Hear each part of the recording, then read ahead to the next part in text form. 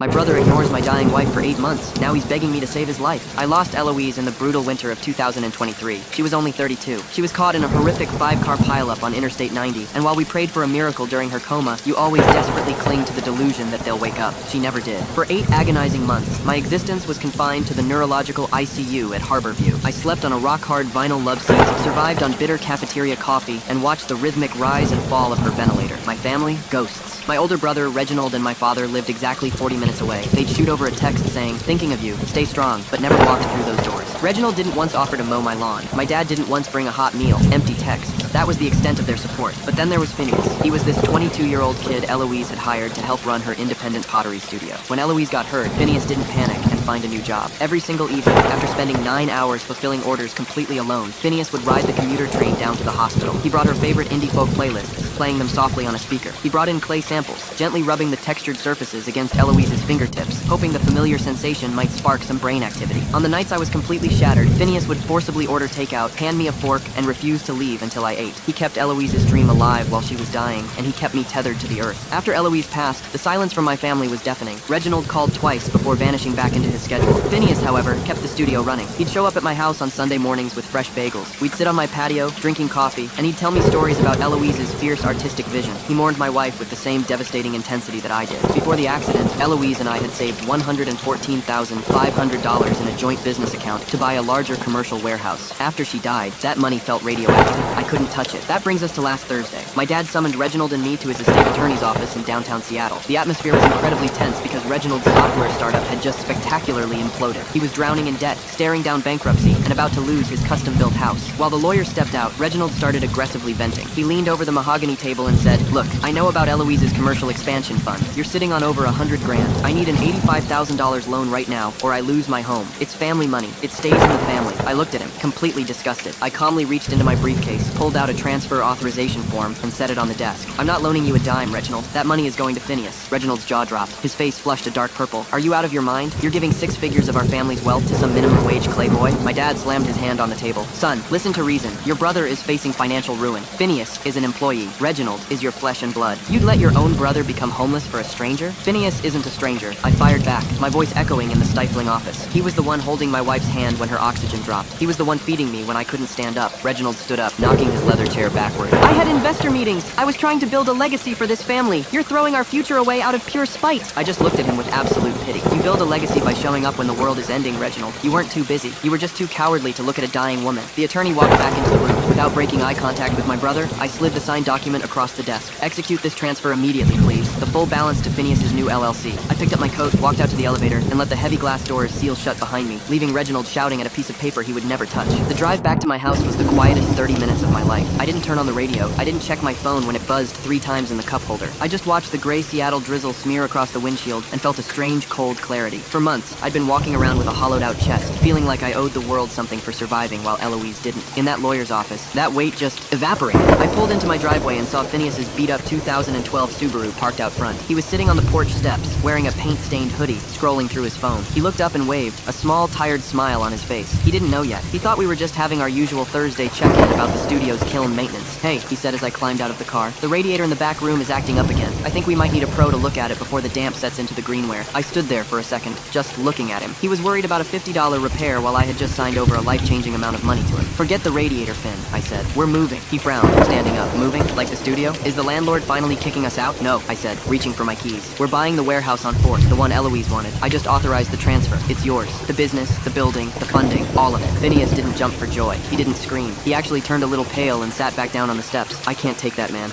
That was her life savings. That's for your future." "You were her future," I told him, and I meant it. "You're the only part of her work that's still breathing. My family thinks family is a matter of DNA. They're wrong. You're the only family I have left who actually acts like it." We sat there for an hour, talking about the logistics, but my phone wouldn't stop vibrating. Eventually, I pulled it out. 17 missed calls from Reginald, 4 from my father, a dozen texts that ranged from begging to outright threats of legal action. "You're stealing from your own blood," one text from my dad read. "Reginald is having a panic attack. He's going to lose the house by Monday. Call him now." I blocked both of them. I didn't do it to be cruel. I did it because I realized I didn't have any more energy to spend on people who only valued me or my wife when there was a dollar sign attached to the interaction. The next morning, I woke up to a pounding on my front door. It was 6:45 a.m. I looked through the peephole and saw my father. He looked like he hadn't slept. His expensive wool coat was buttoned wrong. I opened the door just a crack. "Move the chain, son," he said, his voice gravelly. No, I said. Whatever you have to say, you can say it from the porch. Reginald is in the hospital, he blurted out. My heart skipped a beat, that old instinctual fear for a sibling kicking in. But then he continued, stress-induced. He had a breakdown last night when the bank confirmed they wouldn't extend his bridge loan. He's a mess. The doctors say he needs to avoid any more shocks. And let me guess, I said, leaning against the doorframe. The cure for his stress is $85,000? It's a medical emergency now, my father shouted, his face reddening. Have you no heart? First you lose your wife, and now you want to kill your brother? Is that what this is? Revenge for us not being at the hospital enough? It's not revenge, I said, and I was surprised by how calm I felt. It's a consequence. Reginald spent years playing high-stakes entrepreneur with money he didn't have. He ignored his family when we were bleeding out because it wasn't profitable for him to care. Now he's the one bleeding, and he's shocked that I'm not running to fetch the bandages. He's your brother. He's a guy I used to know who happens to have the same last name, I corrected. When Eloise was dying, Phineas was my brother. The nurses were my sisters. You were just a notification on my lock screen. I closed the door. I didn't wait for him to respond. I went into the kitchen, made a pot of coffee, and watched him through the window as he stood on my lawn for 10 minutes, pacing and talking furiously into his phone, before finally getting into his Mercedes and peeling away. By Monday, the situation escalated. I received a formal letter from a different law firm, not the one we'd seen on Thursday. Reginald wasn't going down without a fight. He was suing me for tortious interference and claiming that the $114,500 wasn't solely Eloise's and mine, but was part of a family trust verbal agreement he'd hallucinated during his desperate weekend. He didn't have a leg to stand on legally. Every cent in that account was documented from Eloise's sales and my salary. But that wasn't the point. The point was to tie up the funds. He knew that if he filed the suit, the bank might freeze the transfer to Phineas while the dispute was investigated. I called Phineas. Did the money hit your account yet? No, Phineas said, sounding worried. The bank called. They said there's a flag on the transfer. Some kind of legal hold? I felt a surge of genuine hot anger. It was one thing to let himself go under. It was another to try and drag Phineas into the grave with him. I grabbed my keys. I knew exactly where Reginald would be. He wasn't in the hospital. He was at his office, a rented co-working space in South Lake Union that he still kept even though he couldn't pay his mortgage. I walked in past the receptionist who tried to stop me. I found him in a glass-walled conference room, staring at a laptop, looking gray and haggard. He looked up when I slammed the door shut. You need to drop the suit, Reginald, I said. He gave me a weak, oily smirk. Oh, now you want to talk? My lawyer says we can keep that money tied up for 18 months. By then, your little Potter boy will be evicted, and you'll have spent more on legal fees than the loan I asked for. Just give me the $85K, and I'll drop everything. You keep the rest. Everyone wins. Nobody wins if I give you that money, I said, walking right up to the table. Because you'll just sink it into another failing disruptor app and be back at my door in 6 months. You're a black hole, Reg. You consume everything and give nothing back. I'm saving my family's reputation, he hissed. Do you know what it looks like if I go bankrupt? If I lose the house, Dad's friends will talk. It makes us look weak. We times are times weak, I said. We're a family that let a 32-year-old woman die alone while we worried about our LinkedIn profiles. That's the definition of weak. I leaned down, my face inches from his. Here's what's going to happen. You're going to call your lawyer and withdraw the claim. Right now. In front of me. Or what? He sneered. You'll hit me? Go ahead. I'll add an assault charge to the list. No, I said. If you don't drop the suit, I'm going to call Aunt Sarah and Uncle Pete, and I'm going to send them the screenshots of the texts I sent you while Eloise was in the ICU. The ones where I told you her kidneys were failing and you replied with a link to your new pitch deck. I'm going to tell the whole family exactly why you're being sued. And I'm going to make sure every single one of your investors knows that you're trying to fund your lifestyle by stealing from a dead woman's estate. Reginald's smirk vanished. He knew Aunt Sarah. She was the matriarch of the extended family, and the only reason our father still had any social standing in their circles. If she found out he was trying to claw money away from a widow's fund for a pottery studio money meant for a dead girl's dream, he'd be a pariah. You wouldn't, he whispered. Try me, I said. I have nothing left to lose. You have everything. He sat there for a long time, his hands shaking. The silence in the room was heavy. I watched him realize that the family card he'd been playing was a two-edged sword, and I had just sharpened both sides. Slowly, he reached for his phone. He dialed a number, put it on speaker, and told his attorney to drop the filing. He didn't look at me once while he did it. When he hung up, he just stared at the blank screen. Get out, he said quietly. Gladly, I replied. I walked out of that glass building and felt the first breath of fresh air I'd had in years. The transfer cleared the next morning, but it wasn't over. Not really. 2 weeks later, I was helping Phineas pack up the old studio. We were wrapping delicate bowls in newsprint, the air thick with the smell of dried earth and dust. The move to the warehouse was happening on Friday. Hey, Phineas said, holding a small misshapen mug. Eloise made this one. It was her first try at a new glaze. It didn't turn out right, but she kept it because she liked the honesty of the crackle. I took the mug from him. It felt cool and solid in my hand. She always saw the value in the broken stuff, I murmured. The bell on the shop door jingled. I expected a customer looking for a last-minute gift, but when I looked up, it was my father's wife, my stepmother, Elena. She hadn't been at the lawyer's office, and she'd stayed remarkably quiet throughout the whole ordeal. I'm not here to ask for money, she said quickly, seeing my expression. She looked around the cramped, dusty studio with a look of genuine discomfort. I brought something. She reached into her designer handbag and pulled out a thick, cream-colored envelope. Your father doesn't know I'm here. He's not taking things well. He and Reginald are barely speaking because Reginald blames him for letting you give the money away. I don't care about their drama, Elena, I said, going back to wrapping a kiln shelf. I know, she said, but your father found this in the back of his safe. It's Eloise's, from before the accident. I stopped. My hands went still on the bubble wrap. What is it? It's a letter of intent, Elena said, stepping forward and placing the envelope on the workbench. Apparently, a few months before she got hurt, she went to your father father. She wanted to buy that warehouse, but she was worried about the interest rates on a commercial loan. She asked him to co-sign. He told her no, of course. He told her she was playing at being an artist and that it wasn't a real business. I felt a cold prickle of dread. Why are you giving this to me now? Because,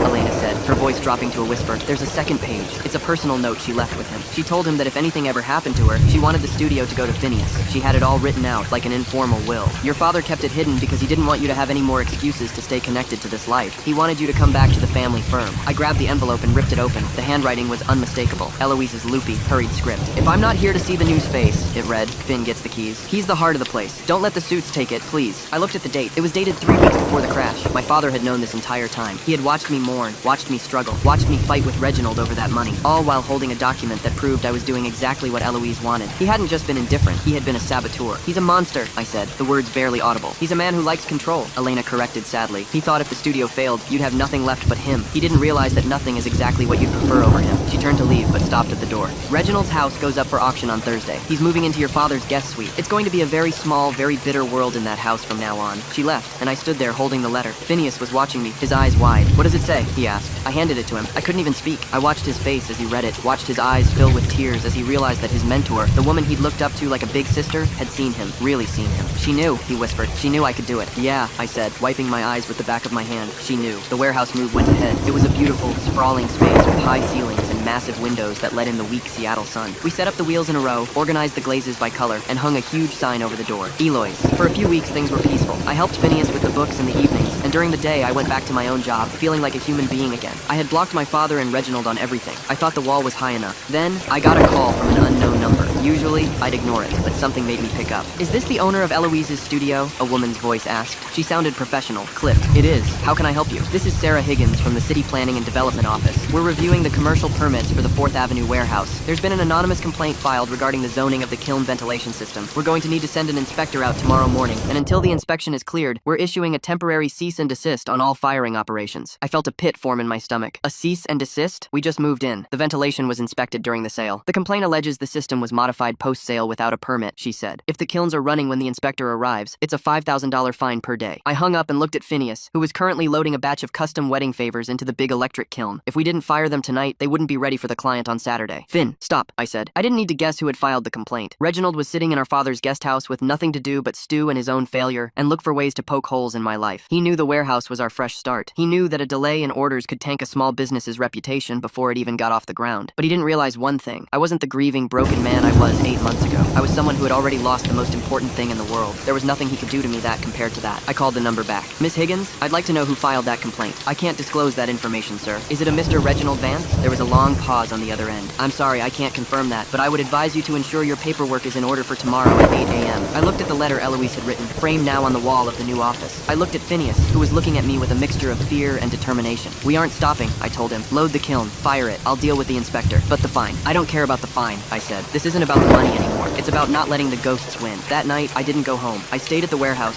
sitting in a folding chair by the front door. I watched the temperature gauge on the kiln climb, the orange glow spilling out from the peepholes. It felt like a vigil. At 7:30 a.m., a black Mercedes pulled up across the street. It wasn't the inspector. It was my father. He didn't get out. He just sat there, watching the building. A few minutes later, a city-marked SUV pulled into our lot. A man in a high-vis vest got out, carrying a clipboard. I stepped out onto the pavement to meet him. Morning, I said. Building inspector, the man said, looking at the smoke faintly curling from the roof vent. You shouldn't be running those kilns, buddy. You got the notice? I did, I said, and I'm happy to pay the fine. But before we go inside, I want you to look at something. I pointed across the street to the Mercedes. The man in that car is my father. He's the one who called in the complaint. He's doing it because he's upset I didn't give my inheritance to his other son to cover a bad business debt. I'm telling you this because I want it on the record when I file for a harassment restraining order later today. The inspector looked at the car, then back at me. He looked like a guy who just wanted to do his job and go to lunch. Look, man, I don't care about your family drama. I just need to see the permits for that vent. I have them right here, I said, handing him a folder. Every single one was signed off by your office 3 weeks ago. Nothing has been modified. The anonymous tip was a lie. He spent 40 minutes poking around the back of the building, checking the ductwork, measuring the clearance from the ceiling. My father stayed in the car the whole time, a silent, predatory shape behind the tinted glass. Finally, the inspector came back out. He scribbled something on his clipboard and handed me a yellow slip. Everything is up to code. I'll mark the complaint as unfounded. You won't hear from us again. He looked over his shoulder at the Mercedes. If I were you, I'd get that restraining order. People like that don't usually stop after the first try. I nodded. I know. The inspector drove off. I stood on the sidewalk, staring at my father's car. After a minute, the engine turned over, and the Mercedes pulled away, disappearing into the morning traffic. I went back inside. Phineas was waiting by the kiln, his face smudged with soot. We good? We're good, I said. But we need to talk about the locks. We spent the afternoon installing a new security system cameras. heavy-duty deadbolts, the works. It felt paranoid, but for the first time, I felt like I was protecting something that mattered. Around 4 p.m., my phone rang. It was a local number I didn't recognize. I almost didn't answer, but my gut told me to. Hello? Is this Mark? A soft, hesitant voice asked. It was a woman, but not Elena. It took me a second to place it. It was Claire, Reginald's ex-wife. They'd been divorced for 3 years, and she'd moved to Portland with their daughter. Claire? Yeah, it's me. Is everything okay? I heard what's happening, she said. Reginald called me. He was crying. Mark. He was saying some really scary things about how you destroyed him and how he has nothing left to lose. He asked me if I still had the key to your house, the one you gave us when we were house-sitting back in 2021. The air in the room suddenly felt very cold. I hadn't changed my house lock since Eloise died. It was one of those things I just never got around to. Did you give it to him? I asked, my voice tight. No, she said. Of course not. But Mark, he told me he was going to take back what belongs to the family. He sounded unstable. He's staying at your dad's, but he's been drinking a lot. Please, be careful. Thanks for telling me, Claire, I said. I hung up and looked at Phineas. He was across the room, carefully painting a glaze onto a large vase. He looked so peaceful, so safe. I didn't want to bring this darkness into the studio, but I didn't have a choice.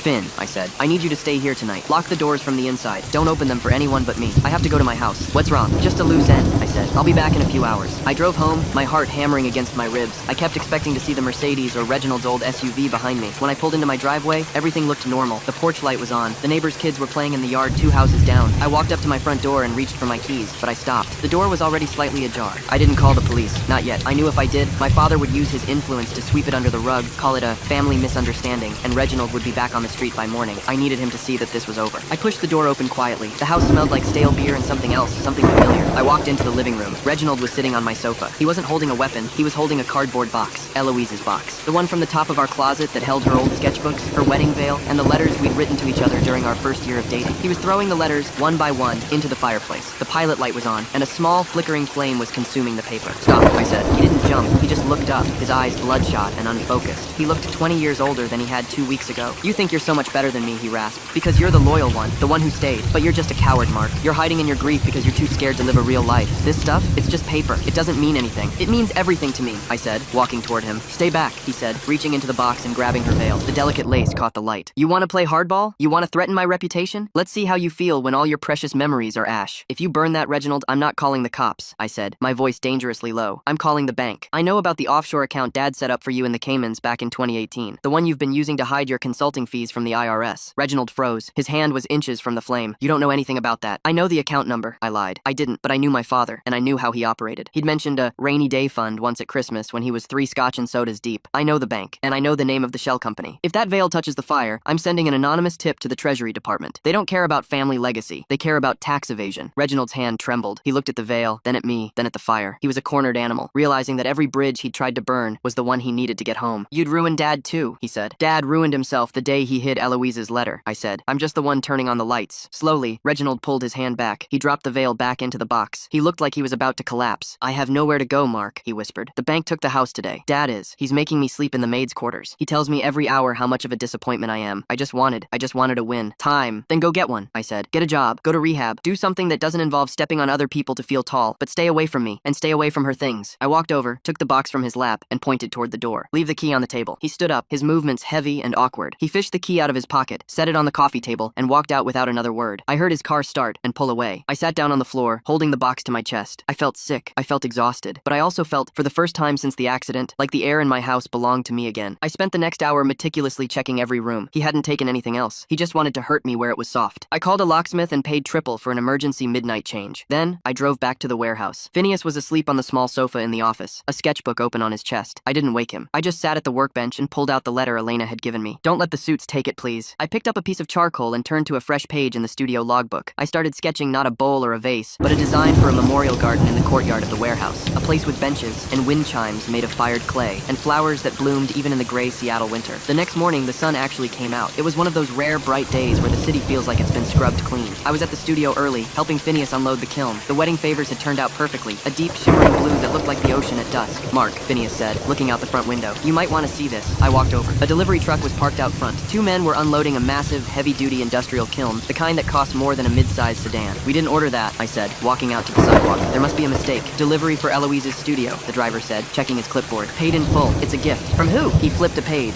A Mrs. Sarah Vance. There's a note. He handed me a small card. I opened it. I'm old, Mark, and I'm tired of watching the men in this family break things because they don't know how to build them. This is for the boy's work. Tell him to make something beautiful. Aunt Sarah, I looked at Phineas. He was staring at the kiln like it was a spaceship. I think we're going to need more clay, he said, breathless. I think we're going to need a lot of things, I said, laughing for the first time in what felt like a lifetime. But as I looked down the street, I saw a familiar black Mercedes idling at the corner. It didn't move. It didn't approach. It just sat there, watching. I knew then that my father and Reginald wouldn't just disappear. They were the kind of people who lived in the shadows of other people's success, waiting for a crack to appear. I walked back inside and closed the door, the heavy new bolt clicking into place with a satisfying, metallic thud. Hey Finn, I called out, let's get to work. The weeks turned into months. The studio wasn't just surviving, it was thriving. Aunt Sarah's kiln allowed Phineas to take on larger-scale architectural commissions, and the Eloise's brand became a staple in the Pacific Northwest art scene. I stayed on as the business manager, handling the contracts and the taxes, ensuring that no suit would ever get their hands on the ledger. Reginald, I heard, had eventually left our father's house. He'd moved to a small apartment in Tacoma and was working as a mid-level sales rep for a medical supply company. He didn't reach out, neither did my father. Then, one Tuesday afternoon, a man in a cheap suit walked into the studio. He didn't look like an artist. He looked like a process server. Mark Vance? That's me. He handed me a thick packet of papers. You've been served. Summons and complaint for a civil suit. I opened it, expecting another desperate move from Reginald. But it wasn't from Reginald. It was from my father. He wasn't suing for the money. He was suing for visitation rights to the studio and a percentage of ownership based on a claim that he had provided the original seed capital for Eloise's first business years ago. A gift he was now reframing as a high-interest business loan. It was a blatant lie, but attached to the complaint was a copy of a check from 2018 made out to Eloise for $5,000. I remembered that check. It was a birthday present. The note in the memo line, however, had been altered. In an ink that didn't quite match, someone had added the words, loan, repayable on demand, ask. I felt a wave of nausea. He wasn't trying to win. He was trying to drain us again. He was trying to prove that even if I won the battle for the warehouse, he still owned the ground we stood on. I looked at Phineas, who was watching me from across the room. He didn't know what was in the papers yet, but he could see it on my face. Mark? I looked at the altered check. I looked at the signature. My father's handwriting, arrogant and sharp. He's coming for us again, Finn, I said quietly. What do we do? I looked at the wall where Eloise's letter hung. I remembered what she said about the honesty of the crackle. Sometimes, the break is what makes the peace. We don't hide, I said. We go to the one person he's actually afraid of. I picked up my phone and dialed a number I hadn't called in years. Aunt Sarah? I said when she answered. I need a favor, and it's a big one. The line was quiet for a long time. Then, I heard the sound of a teacup clinking against a saucer. I've been waiting for you to call, Mark, she said. I have the original ledger from your father's 2018 accounts, the one before he started editing them. Why don't you come over for dinner? I hung up and looked at the warehouse, the light pouring in, the clay spinning on the wheels. The fight wasn't over, but for the first time, I knew I wasn't fighting alone. I grabbed my coat and walked toward the door. Phineas, I called out. Keep the kilns hot. I'll be back soon. I stepped out into the Seattle rain, the gray clouds finally feeling like a blanket rather than a shroud. I had a dinner to attend, a legacy to protect, and a father to finally, truly, put behind me. The engine of my car hummed to life. I didn't look at the corner where the Mercedes usually sat. I didn't need to. I was moving forward. The drive over the I-90 bridge to Mercer Island took 35 minutes in the crawling evening traffic. My windshield wipers beat a steady, hypnotic rhythm against the glass. For the first time in nearly a year, my chest didn't feel like it was wrapped in iron bands. I wasn't just reacting anymore. I wasn't just playing defense against my own family. Aunt Sarah lived in a sprawling mid-century modern house that overlooked Lake Washington. She had bought it with my uncle back in the late 70s, long before the tech boom turned the island into a playground for billionaires. When I pulled into the circular driveway, the front door was already open. Sarah was standing in the entryway. She was 72, wore her silver hair in a sharp, unforgiving bob, and had the kind of posture that made you feel like you needed to stand up straighter just by looking at her. I walked up the stone steps. She didn't hug me. We weren't a hugging family. You look tired, Mark, she said, stepping aside to let me in. The house smelled faintly of lemon polish and roasted lamb. I've had a long week, Sarah. I imagine you have, she said, closing the door. Come into the dining room. We'll eat first. I don't discuss finances on an empty stomach. We sat at a massive teak table. Her housekeeper served us, and for 20 minutes, we ate in near silence. Sarah asked me a few pointed questions about the new kilns at the warehouse and how Phineas was managing the workload. She didn't mention Reginald or my father. Not until the plates were cleared and a pot of Earl Grey tea was set between us. Sarah reached into the pocket of her cardigan and pulled out a small brass key. She unlocked the top drawer of the credenza behind her and pulled out a thick, leather-bound book. It looked like something out of a Dickens novel. Your father, she said, setting the book on the table, has always believed he is the smartest man in any room. It's a dangerous delusion. She opened the book. The pages were filled with columns of numbers, written in tight, precise blue ink. When your grandfather died in 2015, she explained, tracing a finger down a column, he left the family firm in a trust. I am the executor of that trust. Your father runs the day-to-day operations, but he has to submit an unedited ledger to me every quarter. He hates it. He thinks it's an insult to his autonomy. She stopped turning pages and flattened the book out. She tapped a line from October 2018. I leaned in. There it was, an entry for $5,000. Next to it, in the notes column, were 3 words, gift, Eloise birthday. He gave me a copy of this ledger back in January of 2019, Sarah said quietly, long before he ever thought he'd need to doctor a physical check to steal a warehouse from you. I stared at the ink. It was the absolute, undeniable proof I needed to get the lawsuit thrown out with prejudice. I felt a massive wave of relief wash over me, followed immediately by a spike of intense, bitter anger. Why? I asked, looking up at her. Why go to all this trouble? He has money. Why is he trying to destroy a pottery studio? Sarah took a slow sip of her tea. She set the cup down with a soft clink. He doesn't have money, Mark. I frowned. What are you talking about? He drives a $90,000 car. He lives in a gated community. He lives on credit, Sarah corrected. Your father's real estate portfolio is highly leveraged. He took out massive loans against his own properties to fund Reginald's first 2 startup failures. When those tanked, he took out more loans to cover the interest. He's been moving debt from one shell company to another for 3 years. The family firm is barely treading water. It took a second for the reality of what she was saying to sink in. The warehouse, I realized. The pieces finally snapping into place. Exactly, Sarah said. That warehouse on 4th Avenue is prime commercial real estate. It's unencumbered, no mortgage, completely paid off. If he can force a court to grant him partial ownership based on that fake loan, he can use the building as collateral to secure a new line of credit for himself. He doesn't want to shut you down out of spite, Mark. He wants to shut you down because he is drowning, and that building is a life raft. I sat back in my chair. The sheer pathetic nature of it all was staggering. My father had stood on my lawn and accused me of killing my brother with stress, all while he was desperately trying to steal my dead wife's legacy to cover his own bad bets. Take the book, Sarah said, pushing the ledger across the teak table. Take it to your lawyer. When your father's attorney sees it, they'll drop the suit. They might even drop him as a client if they realize he provided forged documents in discovery. Thank you, Sarah, I said. I pulled the heavy book toward me. It felt like holding a brick of solid gold. Don't thank me yet, she said, her expression darkening. Your father is a cornered animal right now. If you take away his legal avenue, he won't just give up and go bankrupt quietly. He'll look for a softer target. I left her house an hour later. The next morning, I was sitting in my lawyer's office downtown. His name was David, and he had handled the probate for Eloise's estate. I slid the ledger across his desk and showed him the 2018 entry. David adjusted his glasses, leaned in, and smiled a very cold, very professional smile. Well, David said, this is what we call a smoking gun. I'll draft a response to their summons today. I'll attach a certified copy of this page and inform his counsel that if they proceed, we will be filing counterclaims for fraud and malicious prosecution. They'll withdraw by Friday. He was right. By Thursday afternoon, David called me at the studio to say the suit had been voluntarily dismissed. My father's lawyer had practically tripped over himself to file the paperwork, terrified of being implicated in submitting forged evidence to a judge. I hung up the phone and walked out into the main workspace. Phineas was up to his elbows in wet gray clay, shaping a massive planter on the main wheel. The radio was playing soft indie folk. The sun was streaming through the big windows. We won, I told him over the hum of the wheel. The suit is dropped. Phineas stopped the wheel. He wiped his hands on his apron and let out a breath that sounded like he'd been holding it for a week. Seriously? It's over? It's over, I said. But Aunt Sarah had been right. A cornered animal looks for a softer target, and I had severely underestimated how low my father was willing to go. The pivot happened 3 days later. It was a Monday morning. We were gearing up for the Pioneer Square First Thursday Art Walk, which was a massive deal for the studio. Eloise had built strong relationships with 3 major galleries down there, and they traditionally showcased her larger pieces. It was a vital source of revenue and visibility. I was at my desk, matching invoices, when my cell phone rang. It was Marcus, the owner of the Luminary Gallery, one of our biggest buyers. Marcus said. His voice sounded strained,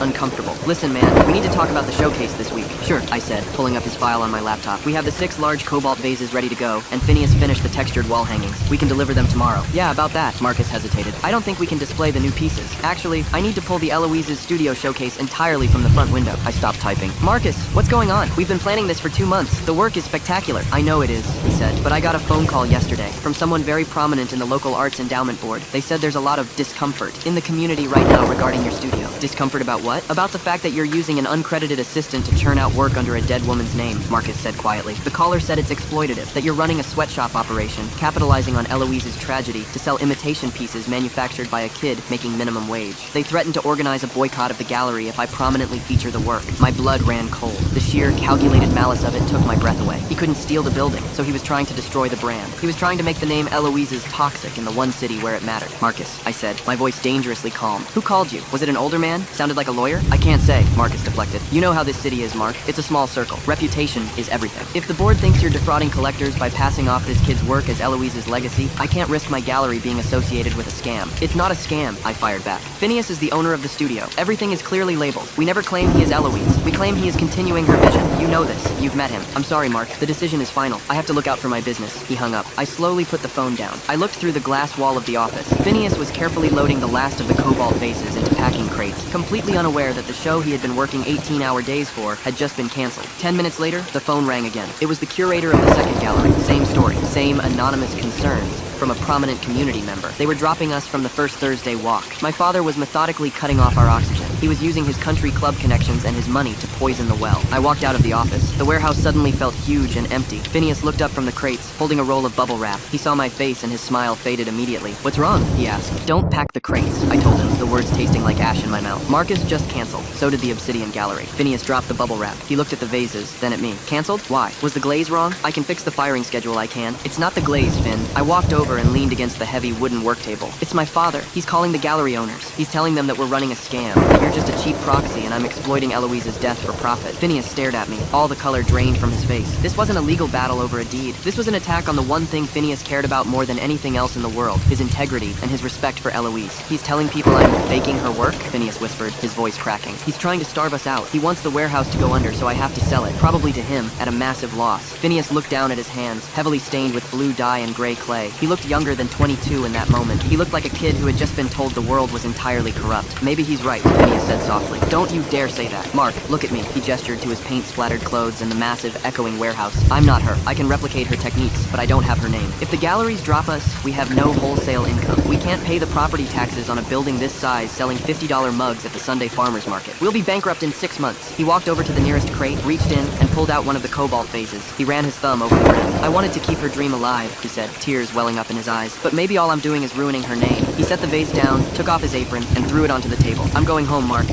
I need to not be here right now." He walked out the front door into the gray afternoon. I didn't try to stop him. I knew what it felt like to have your heart carved out by my family. I stayed in the warehouse alone for a long time. The silence was heavy. The kilns were cold. My father had found the soft spot. He knew he couldn't break me with a lawsuit, so he broke the kid instead. I walked over to the electrical panel and killed the main breakers. Then I grabbed my keys, locked the front doors, and pulled the metal security gate shut. I didn't drive home. I drove straight to the University District. Phineas lived in a cramped third-floor walk-up above a vegan bakery. The hallway smelled like nutritional yeast and old carpet. I pounded on his door. No answer. I pounded again, harder, the wood rattling in its cheap frame. "Go away, Mark," a muffled voice came from inside. "Open the door, Finn, or I'm going to sit out here and call you every 30 seconds until my battery dies." A minute later, the deadbolt clicked. Phineas stood there in his socks. His apartment was exactly what you'd expect for a 22-year-old artist. A mattress on the floor, milk crates for bookshelves, and sketches taped to every square inch of the drywall. But what caught my eye was the faded canvas duffel bag open on the bed. He was throwing rolled-up t-shirts into it. "What are you doing?" I asked, stepping inside and closing the door behind me. "I'm going to my mom's place in Spokane," he said, not looking at me. He grabbed a handful of socks from a laundry basket. "I'll sign the LLC back over to you. You can sell the building. You're right. It's paid off. You'll get a good price. You can take the money and actually start over." "Stop packing," I said. "Mark, I'm a liability. You heard what Marcus said. They think I'm a fraud. They think you're a fraud. As long as I'm attached to Eloise's name, your father is going to keep using me to drag her through the mud." I walked over, grabbed the duffel bag off the mattress, and dumped it upside down on the floor. "Hey, listen to me," I said, getting right in his face. "My father doesn't care about art. He doesn't care about integrity. He cares about leverage. He's attacking you because he knows you're the only thing keeping that studio alive. If you run to Spokane, he wins. He gets the building, he pays off his debts, and Eloise's name actually does disappear. Is that what you want?" Phineas stared at the pile of clothes on the floor. His shoulders slumped. "I don't know how to fight guys like that. I just make pots." "You don't have to fight him. I'll fight him. You just have to make the pots." I pointed a finger at his chest. "Put your shoes on. We have 3 days until First Thursday." "First Thursday is canceled, Mark. The galleries dropped us. They dropped us from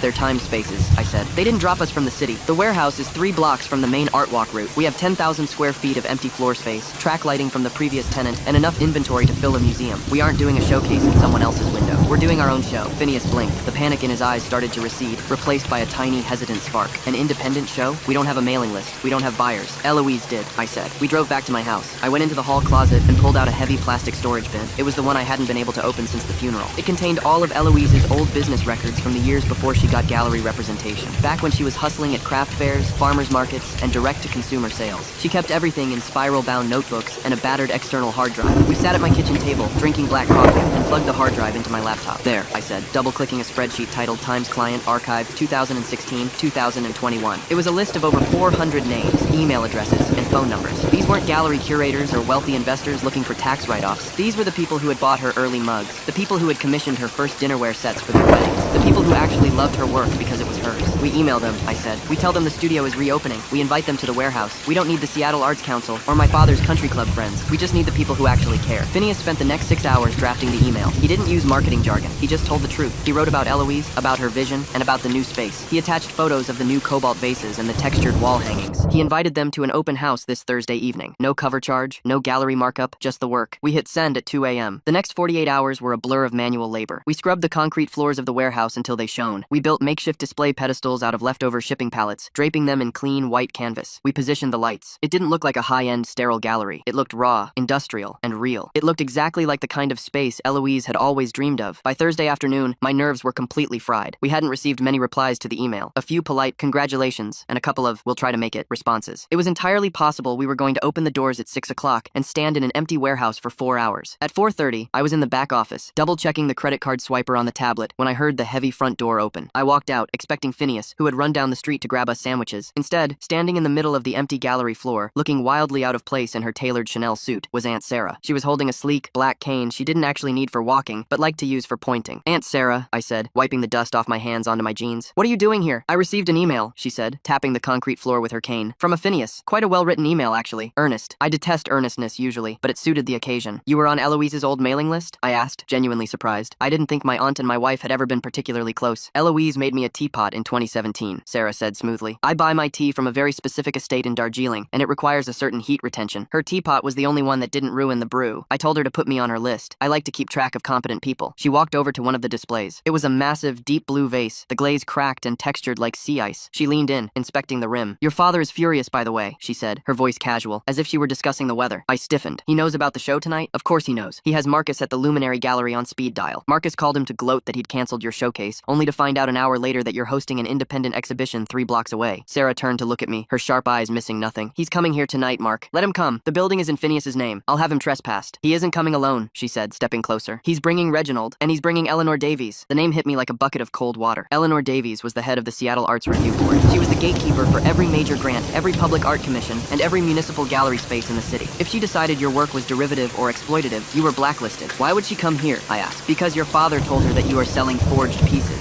Sarah said softly. "He told her that you're preying on the sympathy of the local arts community to sell mass-produced garbage. He intends to walk in here with her, have her inspect the work, and publicly declare it a fraud in front of your buyers. He wants a spectacle. A spectacle kills the brand permanently." I looked around the beautiful, quiet warehouse. We had poured our souls into this. Phineas had bled for these pieces, and my father was going to use his social weight to crush it in a single evening. "I have the ledger," I said, my voice hardening. "I can threaten to expose him." "Extortion in a crowded room is a messy business, Mark," Sarah warned. "And Eleanor Davies doesn't care about your father's bookkeeping. She only cares about the art. If your father convinces her the kid is a hack, she'll ruin him regardless of what happens to your father's finances." The front door opened again. Phineas walked in, carrying a brown paper bag smelling of roasted turkey and sourdough. He saw Aunt Sarah, froze, and looked at me, completely confused. "Finn," I said, "we have a problem." I explained the situation. As I talked, the life drained out of his face all over again. He set the sandwich bag on the counter. "Eleanor Davies," he whispered. "She wrote the textbook we used in my ceramics program. She's a legend." "She's a snob," Aunt Sarah corrected briskly, "but a very powerful one." "I can't defend my work against her," Phineas said, his hands starting to shake. "If she comes in here looking for flaws, looking for proof that I'm just copying Eloise, she'll find it. I'm not her. I don't have her exact touch." "Phineas, look at me," I said, but he was already backing away. "I should pull the pieces," he said, his breathing getting shallow. "I should just lock the doors. If we don't open, they can't do the inspection. We can refund anyone who shows up." "No," Sarah said sharply. The crack of her voice made both of us jump. She walked over to Phineas.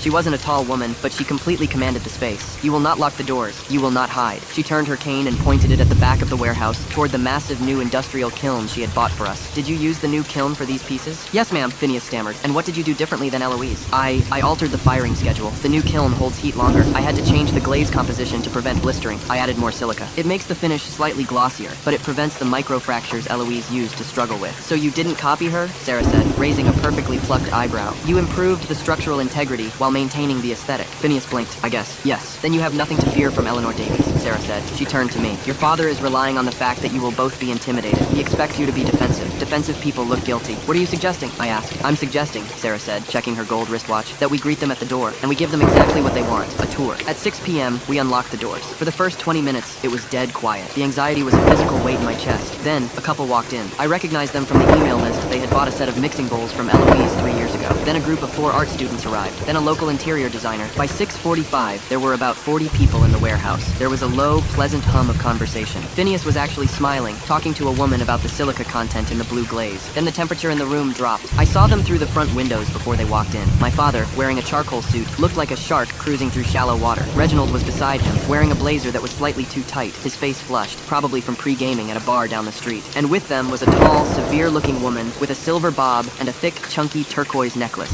Eleanor Davies. They stepped through the door. My father didn't look at the art. He looked straight at me, a cold, triumphant smirk on his face. He had come to burn the house down. I didn't move. I just watched them navigate through the small crowd. My father was practically vibrating with anticipation. He walked right up to the center pedestal, where the largest of the new cobalt vases sat under a spotlight. "Mark," my father said, his voice loud enough to turn a few heads. He gestured to the woman beside him. "This is Eleanor Davies. I believe you know who she is. I brought her here to save whatever shred of dignity this family has left." Eleanor didn't say hello. She didn't offer her hand. She stepped past my father and approached the vase. She pulled a pair of thick tortoiseshell reading glasses from her purse and slid them onto her nose. She leaned in, her face inches from the ceramic. The room went entirely quiet. Phineas was standing frozen near the cash wrap. Aunt Sarah stood nearby, leaning on her cane, her face an unreadable mask. Eleanor reached out and ran a single manicured finger around the lip of the vase. Then she traced the crazed, ice-like texture of the glaze down the side. "This isn't Eloise's work," Eleanor said, her voice carrying through the silent warehouse. My father smiled. It was a wide, venomous thing. He looked at me, then at the few buyers who had stopped to listen. "Exactly, Eleanor. It's an imitation. A cheap factory copy designed to cash in on my late daughter-in-law's reputation. It's fraud." Eleanor stood up straight and turned to look at him. The expression on her face wasn't agreement. It was profound irritation. "Arthur," she said coldly, "I said it isn't her work. I didn't say it was a copy." My father's smile faltered. "What do you mean? You just said—" "I said what I said," Eleanor interrupted, dismissing him entirely. She turned to look around the room, her eyes landing on Phineas. She knew exactly who he was without needing an introduction.